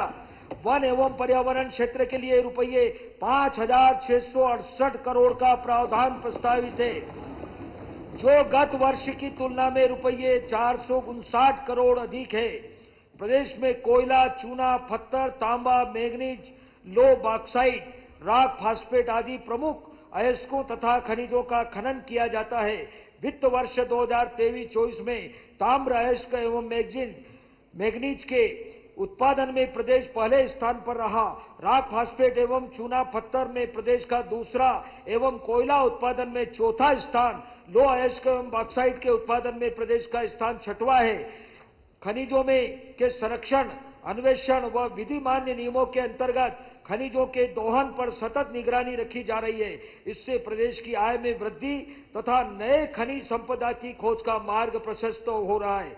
वर्तमान में प्रदेश में limestone, bauxite, graphite, copper, vanadium, tungsten, gold आदि के 32 अन्वेषण कार्य किए जा रहे हैं। शासकीय कार्यप्रणाली में नवाचार व सुधार हमारी सरकार पारदर्शी, उत्तरदायी एवं तत्पर कार्यप्रणाली की सरकार है। मिशन कर्मयोगी के अंतर्गत प्रदेश के समस्त शासकीय सेवकों के प्रशिक्षण हेतु विभागों द्वारा योजनाबद्ध रूप से कार्य किया जा रहा है।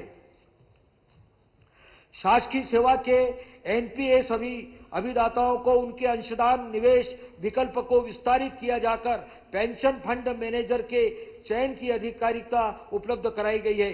भारत सरकार द्वारा 1 अप्रैल 2025 से वैकल्पिक रूप से प्रारंभ की जा रही यूनिफाइड पेंशन योजना को प्रदेश में लागू किए जाने की प्रक्रिया पर विचार के लिए एक उच्च स्तरीय समिति गठित की जाएगी। सेवानिवृत्त होने पर पेंशन निर्धारण की ऑनलाइन प्रणाली के अंतर्गत पेपरलेस व्यवस्था लागू है। वर्तमान पेंशन निर्धारण प्रक्रिया को केंद्रीकृत तथा फैसलेस किया जाएगा, जिससे प्रदेश के किसी भी स्थान अथवा कार्यालय से सेवानिवृत्त कर्मचारी के पेंशन निर्धारण की कार्रवाई केंद्रीकृत कार्यालय में पदस्थ किसी भी अधिकारी द्वारा संपादित हो सकेगी।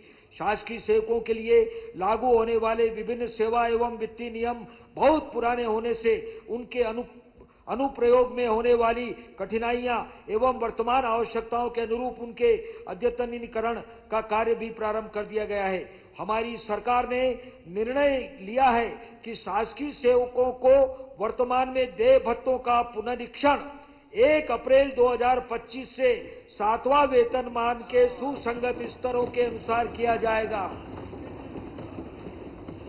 माननीय महोदय, मैं आपके माध्यम से प्रदेश के समस्त शासकीय, अर्ध शासकीय एवं स्वायत्त संस्थाओं में कार्यरत कर्मियों का आभार एवं धन्यवाद करना चाहूंगा कि शासन के सभी कार्यक्रमों एवं योजनाओं में उनका सराहनीय योगदान सदैव प्राप्त होता है। यह हमारी सरकार एवं कार्मिकों के मध्य विश्वास एवं समन्वय का अप्रतिम उदाहरण है। मुझे विश्वास है कि हम सभी मिलकर हमारे प्रदेश को ऐसा आदर्श प्रदेश बनाएंगे जो अन्य प्रदेशों के लिए प्रेरणादायक हो, आकर्षक का केंद्र हो एवं जो हमारे प्रदेश की योजनाएं एवं उनके सफल क्रियान्वयन की प्रक्रिया को जानने की उत्सुकता पैदा करे। कर प्रस्ताव गत वर्ष के बजट की तरह इस बजट में भी कोई नवीन कर अधिरोपित करने अथवा किसी भी कर की दर बढ़ाने का प्रस्ताव नहीं है। कर्ज कब घटेगा? कर तो नहीं लगा, कर्ज कब घटेगा ये भी तो बताएं। पुनरीक्षित अनुमान वर्ष 2024-25 वित्त वर्ष 2024-25 के पुनरीक्षित अनुमान के अनुसार कुल राजस्व प्राप्तियां रुपये 2,62,009 करोड़ तथा राजस्व व्यय रुपये 2,60,983 करोड़ अनुमानित है। राजस्व आधिक्य का पुनरीक्षित अनुमान रुपये 1,026 करोड़। माननीय प्रधानमंत्री जी के हम आभारी हैं कि केंद्रीय करों से हिस्सों के रूप में बजट अनुमान की तुलना में रुपये 5,267 करोड़ की राशि अधिक प्राप्त हुई। राजकोषीय घाटे का पुनरीक्षण अनुमान रुपये 62,434 करोड़ है, जो सकल राज्य घरेलू उत्पाद का 4.15% है, जिसमें भारत सरकार द्वारा पूंजीगत निवेश के लिए विशेष सहायता योजना में प्रदत्त ऋण तथा वर्ष 2021-22 से वर्ष 2023-24 की अनुपयोगी ऋण राशि शामिल है। बजट अनुमान वर्ष 2025-26 राजस्व प्राप्तियां वर्ष 2025-26 में कुल राजस्व प्राप्तियों का बजट अनुमान रुपये 2,90,879 करोड़ है। राजस्व प्राप्तियों में राज्य करों से प्राप्तियां रुपये 1,09,157 करोड़ तथा केंद्रीय करों में प्रदेश के हिस्से के अंतर्गत प्राप्तियां रुपये 1,11,662 करोड़ अनुमानित है। कर भिन्न राजस्व प्राप्तियां रुपये 21,399 करोड़ तथा केंद्र सरकार से सहायक अनुदान अंतर्गत प्राप्तियां रुपये 48,661 करोड़ अनुमानित है।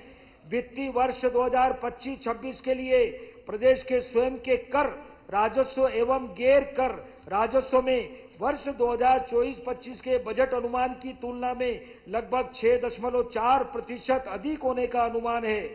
राजस्व प्राप्तियों का वर्ष 2024-25 का बजट अनुमान रुपये 6,63,344 करोड़ रहा है, जिसमें रुपये 27,535 करोड़ की वृद्धि कर वर्ष 2025-26 के लिए रुपये 2,90,879 करोड़ का प्रावधान प्रस्तावित है।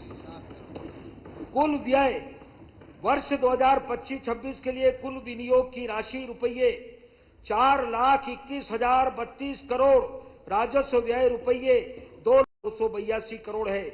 मुख्य शीर्षवार बजट अनुमान खंड 1 में उपलब्ध है। वर्ष 2024-25 का कुल व्यय बजट अनुमान रुपये 3,26,383 करोड़ का है, जिसमें रुपये 48,954 करोड़ की वृद्धि कर घरेलू उत्पाद की 3% है।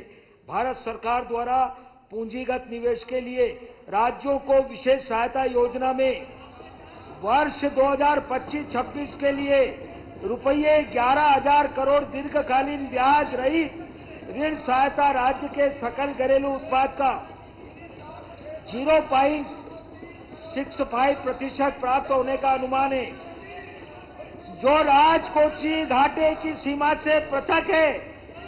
साथ ही भारत सरकार के दिशा निर्देशों के अनुसार वर्ष 2021-22 से वर्ष 2023-24 में राज्य द्वारा आपको बोलने का मौका मिलेगा, आपको बोलने का मौका मिलेगा। बजट में 1.01 वित्त मंत्री जी बोल रहे हैं। जो राजकोषीय उत्तरदायित्व एवं बजट प्रबंधन अधिनियम द्वारा निर्धारित के अलावा कुछ रिकॉर्ड में नहीं आएगा का उपयोग वित्त वर्ष 2025-26 में किया जाना प्रस्तावित है। उपरोक्तों को ध्यान में रखकर यह बजट अनुमान तैयार किया गया है। वर्ष 2025-26 में राजकोषीय घाटा रुपये 78,902 करोड़ अनुमानित है, जो राज्य के सकल घरेलू उत्पाद का 4.66% है। वर्ष 2025-26 में रुपये 618 करोड़ का राजस्व राज्य के अनुमानित है।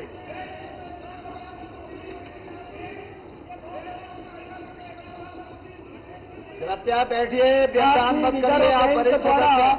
कृपया बैठिए। 2024-25 के लिए राज्यों के राजकोषीय सुधार विषय प्रतिवेदन में मध्य प्रदेश को सर्वश्रेष्ठ ए रेटिंग दी गई। सुन लो, एक बार सुन लो जरा। भारतीय रिजर्व बैंक द्वारा वर्ष 2024-25 के लिए राज्यों के राजकोषीय सुधार विषय प्रतिवेदन में मध्य प्रदेश को सर्वश्रेष्ठ ए रेटिंग दी गई। करने का अवसर मिलेगा। इसी प्रतिवेदन में मध्य प्रदेश के द्वारा विकास एवं सामाजिक क्षेत्र में किया गया व्यय तथा व्यय की गुणवत्ता के मानकों में राष्ट्रीय औसत से अधिक होना उल्लेखित किया गया। भारत सरकार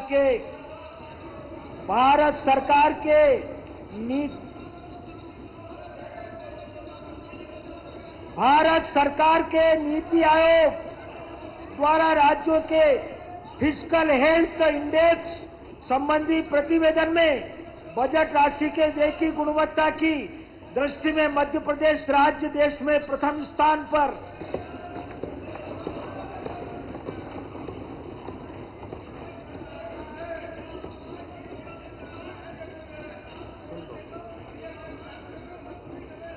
अध्यक्ष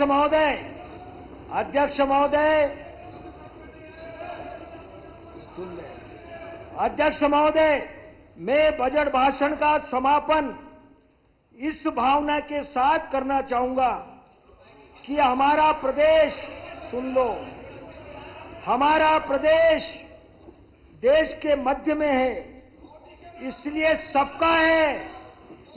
सबका है हृदय भाग में, इसलिए सबके लिए आज प्रस्तुत बजट प्रस्ताव प्रदेश को विकास का स्वर्ण मुकुट पहनाकर आकाश छूने की समृद्ध कामना रखता है। यह बजट हमारे दिव्य प्रदेश को प्रणाम भर है।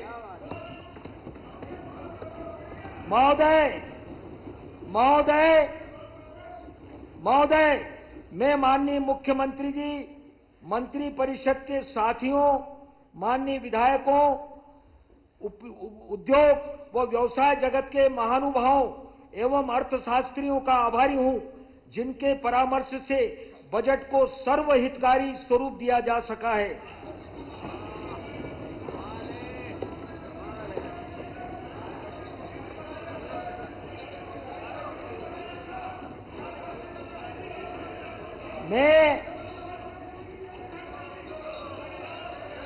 मैं वित्त ये विभाग तरीका ठीक नहीं है, ये तरीका ठीक नहीं है, ये तरीका ठीक नहीं है भाई, प्लीज, ये इसको उचित नहीं कहा जा सकता। आपको बजट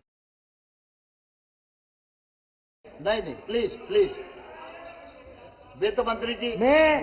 मैं वित्त विभाग के समस्त अधिकारियों एवं कार्मिकों का भी आभारी हूं, जिन्होंने अथक परिश्रम व प्रतिबद्धता से बजट को तैयार करने में सहयोग किया है। माननीय महोदय, मैं हमारी सरकार के बजट प्रस्ताव को इन शुभ भावों के साथ सदन को सौंप रहा हूं। आंकड़े नहीं, विश्वास लिखा है, हमने अब आकाश लिखा है। जय हिंद, जय मध्य प्रदेश।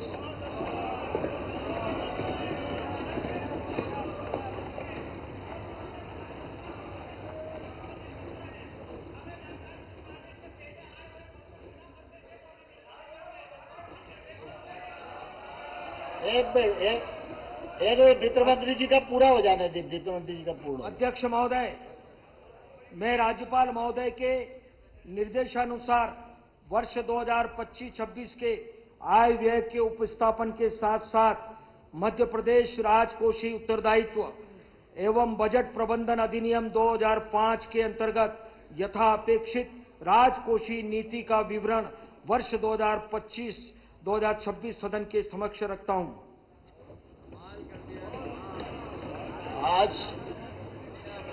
आज दीर्घा में केंद्र सरकार के कृषि एवं ग्रामीण विकास मंत्री माननीय शिवराज सिंह जी उपस्थित हैं। सदन की ओर से उनका स्वागत है। मैं आय व्यय पर सामान्य चर्चा के लिए दिनांक 13 एवं 17 मार्च 2025 नियत करता हूं। आय व्यय में सम्मिलित मांगों पर प्रस्तुत किए जाने वाले कटौती प्रस्ताव की सूचनाएं निर्धारित प्रपत्र में आज दिनांक 12 मार्च 2025 को सायंकाल 4 बजे तक विधानसभा सचिवालय में दी जा सकेंगी। विधानसभा की कार्यवाही अपराह्न 3 बजे तक के लिए स्थगित।